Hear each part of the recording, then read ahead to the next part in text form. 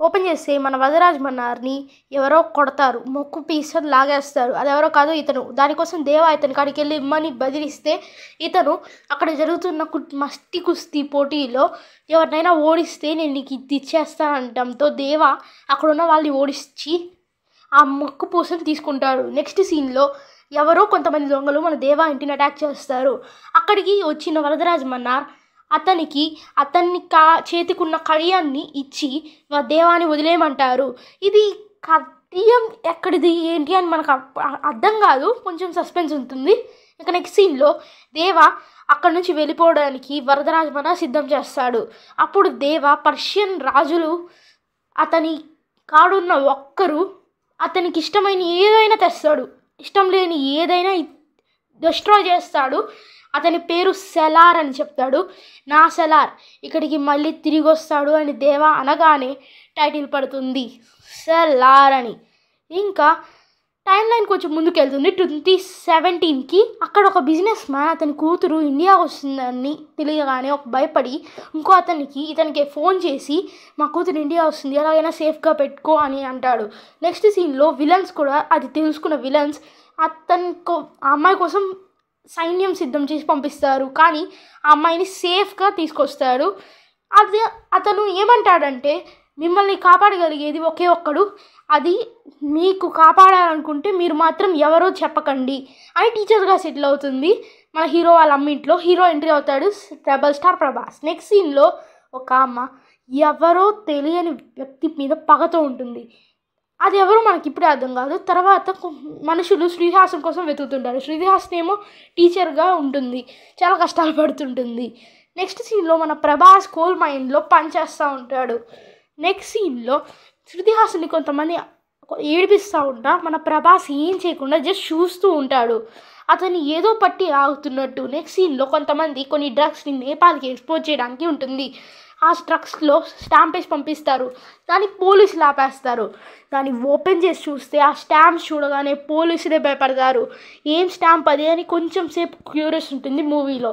తర్వాత మన hero birthday అని పిల్లలు కేక్ కట్ చేయడానికి తీసుకొచ్చినప్పుడు హీరో చేతిలో ప్లాస్టిక్ కత్తి పట్టుకున్నందుకు వాళ్ళ అమ్మ దాన్ని తీసుకొని చాలా సీన్ చేస్తుంది. నెక్స్ట్ మన హీరోయిన్ ప్రభాస్ కోసం క్యారెట్ తెస్తుంది. అప్పుడు కొంతమంది విలాన్స్ మన శృతిహాసన్ని లాక్కెళ్ళి అప్పుడు అక్కడికి వచ్చిన హీరో వాళ్ళ అమ్మ నేనే నిన్ను ఎవరిని కొట్టొద్దు ఏం చేయొద్దు అన్నాను, నేనే గీత గీశాను, ఇప్పుడు ఆ గీత నేనే చెరిపేస్తున్నాను, తీసుకురా అమ్మాయిని అనగానే మన హీరో మాస్గా అందరినీ ఫైట్ చేసి హీరోయిన్ తీసుకొస్తాడు. అప్పుడు హీరోయిన్ అంతా చెప్తుంది. ఇదంతా విన్న హీరో వాళ్ళ అమ్మ తనని వెంటనే ఇక్కడ నుంచి వెళ్ళిపోవాలని చెప్పడంతో హీరోయిన్ని అక్కడ వదిలేసి వస్తారు.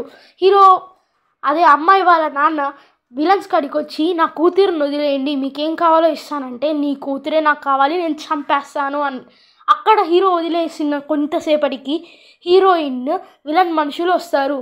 ఆ ట్రక్స్ లాగే స్టాంప్ ఎక్కించి ఆ ట్రక్కులోకి ఎక్కిస్తారు. ట్రక్లో ఇతన్ని మన హీరోయిన్ అడుగుతుంది, ఎవరు మీరు అంతా, ఎందుకు వీళ్ళు నన్ను తీసుకెళ్తున్నారు, నాకు మీకున్న సంబంధం ఏంటి అని అనగానే ఆ నెక్స్ట్ సీన్లో ఆ బిజినెస్ మ్యాన్ ఆ అమ్మతో మాట్లాడుతూ నేను నా కూతుర్ని ఉంచింది దేవరత అనగానే అక్కడ ఉన్న వాళ్ళు షాక్ అవుతారు. దేవరత నెక్స్ట్ సీన్లో ఒక్కసారిగా ఫైట్ చేస్తాడు, మామూలు ఫైట్ కాదది, హీరోయిన్ని సేవ్ చేయడానికి. అప్పుడు హీరోయిన్ అతను పక్కనున్న వాడిని అడుగుతుంది, ఎవరు మీరంతా ఈ స్టాంప్ ఎక్కడిది అని అనగానే ఒక్కసారిగా కెమెరా వరదరాజ్ మన్నార్ కాడికి తీసుకెళ్తుంది. అతను ఒక రాజ్యంలో కూర్చొని ఉంటాడు సింహాసనం మీద.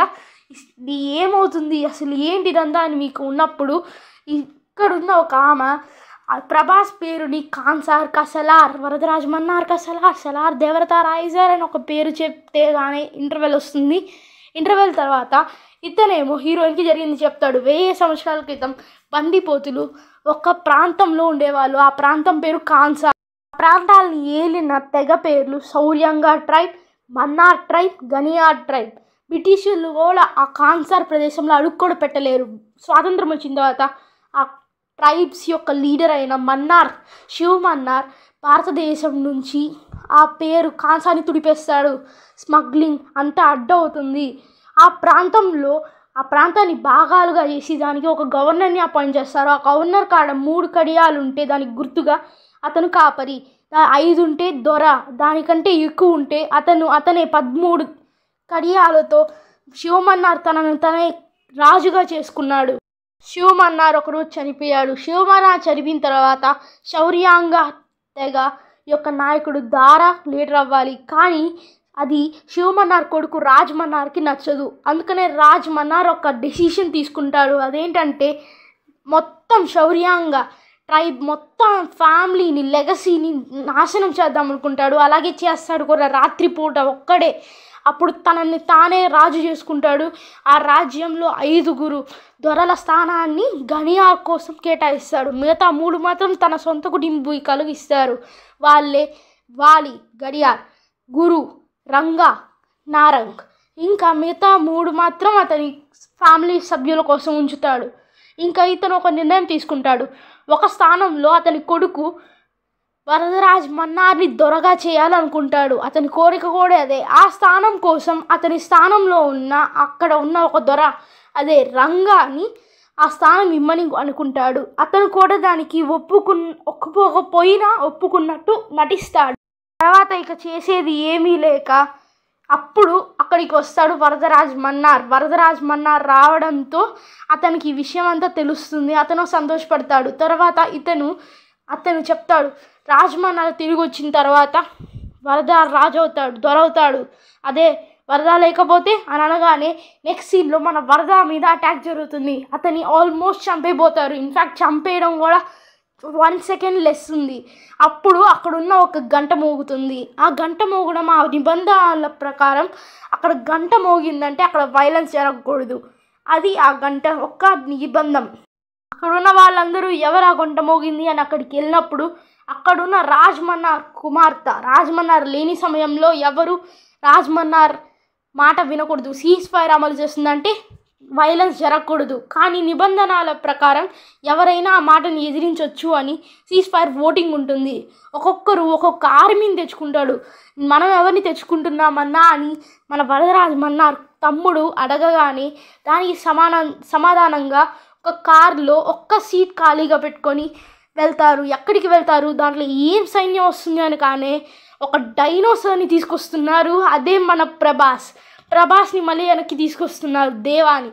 దేవా దీనికి ఒప్పుకుంటాడు. కానీ వాళ్ళ అమ్మ పర్మిషన్ అడగాలంటాడు. దానికి ఒకసారి అడిగి చూడు అని వరదరాజు అనగానే అతను వెళ్ళి వాళ్ళ అమ్మని అడుగుతాడు. వాళ్ళ అమ్మ వెంటనే ఒప్పుకుంటుంది. ఎందుకంటే వరదరాజ్ చిన్నతనంలో అతను చేసిన సాయం అలాంటిది. ఇంకా మన దేవా ఇంకా వరదరాజ్ మన్నార్ కాన్సార్లో అడుగు పెడతారు. దేవా అక్కడికి రావడం చాలామందికి నచ్చదు. ఎందుకంటే ఒక సైన్యం ఒక్కొక్కరు 1,00,000 మందిని తీసుకొస్తుంటే మనం మాత్రం ఒక్కటే అని అతని తమ్ముడికి అదంతా అస్సలు నచ్చదు. ఇంతలో అందరికీ అంటే వరదరాజ్ మన్నార్లో తట్టు ఉన్న వాళ్ళందరికీ చాలా అవమానాలు జరుగుతుంటాయి. నారంగ్ కొడుకు విష్ణు ఒక ఊర్లో ఉన్న అమ్మాయిలందరినీ తీసుకొచ్చి చంపేయడానికి చూస్తూ ఉంటాడు. ఇది చాలా వరకు వరదరాజ్ మన్నార్ సహిస్తాడు. ఇక్కడున్న ప్రదేశంలో అమ్మాయిలు తీసుకొచ్చి చంపేయాలి. అతను చాలా మందిని ఇన్ఫాక్ట్ చంపారు. ఇదంతా చూడలేక ప్రభాస్ ఒక్కసారిగా విధ్వంసం చేస్తాడు. అక్కడికి వెళ్ళి వాళ్ళందరూ కాటేరమ్మ కాపాడండి అంటుంటే కాటేరమ్మకు మొక్కాల్సింది ఇలా కాదు, సంతకు పోవాలా, మంచి పోతును పట్టాలా, తావాలా, పసుపు పెట్టాలా, నరకాలా, అది మొక్కే పద్ధతి అని అందరినీ విహారం చేస్తాడు. అది చేయడంతో వాళ్ళందరూ ఆర్మీ కంట్రోల్లో తీసుకుంటుంది. వాళ్ళందరూ అక్కడున్న ఆర్మీ కంట్రోల్లో అంటే ప్రిజన్లో ఉంటారు. తర్వాత వీళ్ళిద్దరూ ఇది తప్పు ఎవరిది, వరదరాజ్ మన్నార్దా ఇంకా ఎవరు బలవుతారు, వరదరాజ్ మన్నారా దేవానా అని ఆలోచిస్తూ ఉంటారు. అందులో మన ఒకతను నారంగ్ అతని కొడుకు పగ మీద వరదరాజ్ మన్నార్ మీద చేతులు వేస్తుంటే మన దేవ అతని తలని నరికేస్తాడు అందరి ముందు. అందుకని మళ్ళీ జైలుకి వెళ్ళినప్పుడు ఇదంతా నా వల్లే, క్షమించురా అని వరదరాజ్ మన్నార్ని అడగానే నాకు ఇదే కావాలి అంటుంది. సీజ్ ఫైర్ ఓటింగ్లో అందరి ఓట్లు కలిపి సీజ్ ఫైర్ ఎత్తేయాలని ఉంటుంది. ఇంకా మొత్తం వైలెన్స్కి దారి తీస్తుంది. ఈ నైట్ వరదరాజ్ మన్నార్ అందరూ కలిసి ఒక్కసారిగా రంగాని చంపేస్తాడు. అందరూ కలిసి మామూలు ఫైట్స్ చేయరు. వరదరాజ్ మన్నార్ అయితే దేవా చేత ఒట్టేపించుకుంటాడు, నాకు ఈ సైన్యం కావాలి, మొత్తం నేనే వెళ్ళాలి అని. దేవా వచ్చేసి వరదరాజ్ మన్నార్కి మాటిస్తాడు. జగపతి బాబు అంటే రాజ్ మన్నార్ కూతురు రాజ్ మన్నార్ని అడుగుతుంది, ఎందుకు నువ్వు బయటికి వెళ్ళావంటే, శౌర్యాంగ తెబని నేను చంపేశాను కదా, వాళ్ళు ఉన్నారు అని అంటుంది.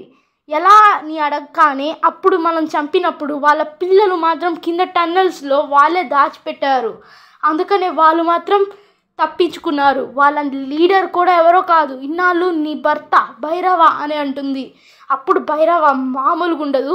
ఆ తర్వాత నెక్స్ట్ సీన్లో అతను అంటే శౌర్యాంగ ఈ భైరవ స్నేహితుడు ఇతను అంటాడు, మా లీడర్ ఇంకా ఉన్నారు, మా దారా యొక్క కొడుకు అనగానే ఒక్కసారిగా స్క్రీన్ ప్రభాస్ కాడికి వెళ్తుంది. అంతే, మన ఫ్యూజ్ ఎగిరిపోతుంది.